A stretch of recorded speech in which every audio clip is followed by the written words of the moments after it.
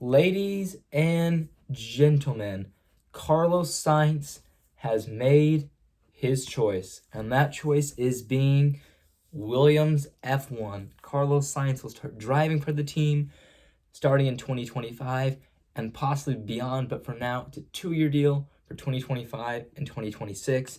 I think it's very likely it is a little bridge in his career why he takes a little break, a shock exit from Ferrari. And I personally will see him. I think he'll be racing in a different team come 2027.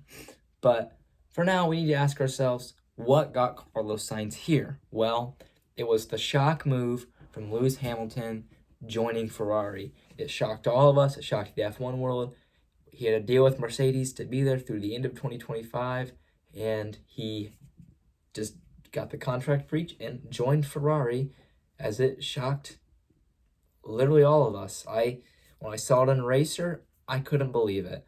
And it meant that Carlos Sainz lost his seat, and he absolutely did not deserve it. Still to this day, it shocks me that Carlos Sainz is not going to be in Ferrari and that Lewis Hamilton is the driver replacing him.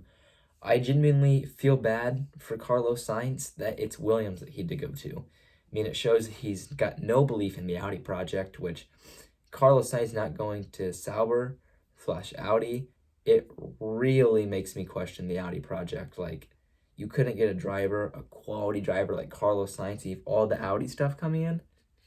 See, that makes me very hesitant on Audi. This is why I don't think they're going to be good in at least the first 3 years of being in the sport.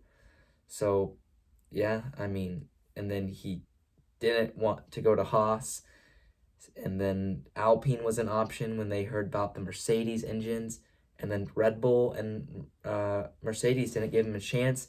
I think that means Mercedes is pretty locked in on Antonelli, and from the news we got today, Red Bull are pretty set on Sergio Perez.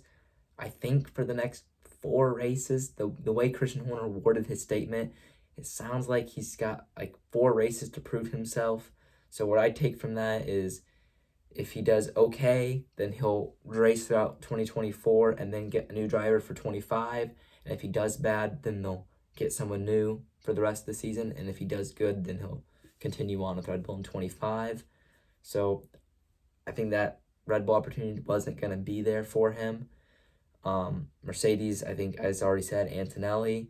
And I think then basically to narrow it down between Audi, which is a project he didn't believe in, Haas, Williams, which is ultimately where he's going in Alpine, and Haas, I don't think he saw potential there, or maybe Haas didn't really ever go for him, who knows. Saudi, the Audi project, looked like he had no faith in from the beginning, so it was really always going to be Williams or Alpine unless Red Bull or Mercedes offered him a deal. And I think even just a 1-year deal at Mercedes is better than what he's gotten. I am shocked he didn't go to Alpine. I really thought that's where he was going to go. Because, like, if I think about it, for 2025, I think Williams will be behind Alpine. I think Alpine will be better. I mean, I think what gets interesting is 26. Maybe does Sainz see a long-term future at Williams? Maybe does he see Williams, his car, very good in the future? I don't know. It's a lot of things to really think about. I mean, Alpine underperformed pretty much under every year. So, I mean, it's just something to think about for Sainz. I personally do think that since he couldn't get the Red Bull Mercedes, this probably was his best bet, now thinking about it. I mean, as I was thinking about today, what was I going to say in this video? I do think Williams was Carlos Sainz's best bet. I think he should be here 2 years unless they show a lot of progress in 2026, and then he could leave. Who I think this is really interesting for is Alexander Albon.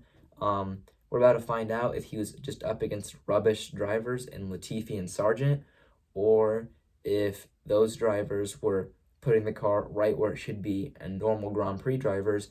And it turns out Alexander Albon is a very good driver, and he just got very unfortunate against Red Bull. And maybe it means Max Verstappen is just, I mean, we already know he's a great driver, but maybe it means he's an even better driver. Or maybe it was Red Bull showing that they promoted a driver too soon that has the potential to be as good as a Norris, a Leclerc, a Verstappen, a Hamilton, a Alonso, a Piastri. I mean, maybe that's what's happened here. I mean, I think the favorite to win the teammate battle is Carlos Sainz, but I think Alex Albon, just his experience in that team and his hunger that he shows, I really do think it is a 50-50 who is going to come out of the battle alive. And for some reason, I have a gut feeling it isn't going to be close. I think it's going to be very one-sided. Either Sainz is going to get there and he isn't going to be motivated and Albon's going to slap him up, or Sainz is going to be the hungriest driver in the world and he's going to slap him up. Or maybe, who knows, maybe it's very close between the two, but I personally just don't see that. So we'll have to see. James Vowles, you did a heck of a job getting Carlos Sainz here. I mean, you had to use the biggest words in your vocabulary to convince that dude. I mean, to steal him away from the other teams. I mean, bravo.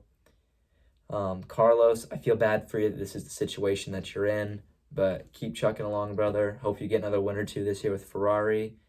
And yeah, that's really all I have to say about Carlos Sainz going to Williams. So subscribe, guys, and make sure to follow my Instagram, which is linked down below. See ya.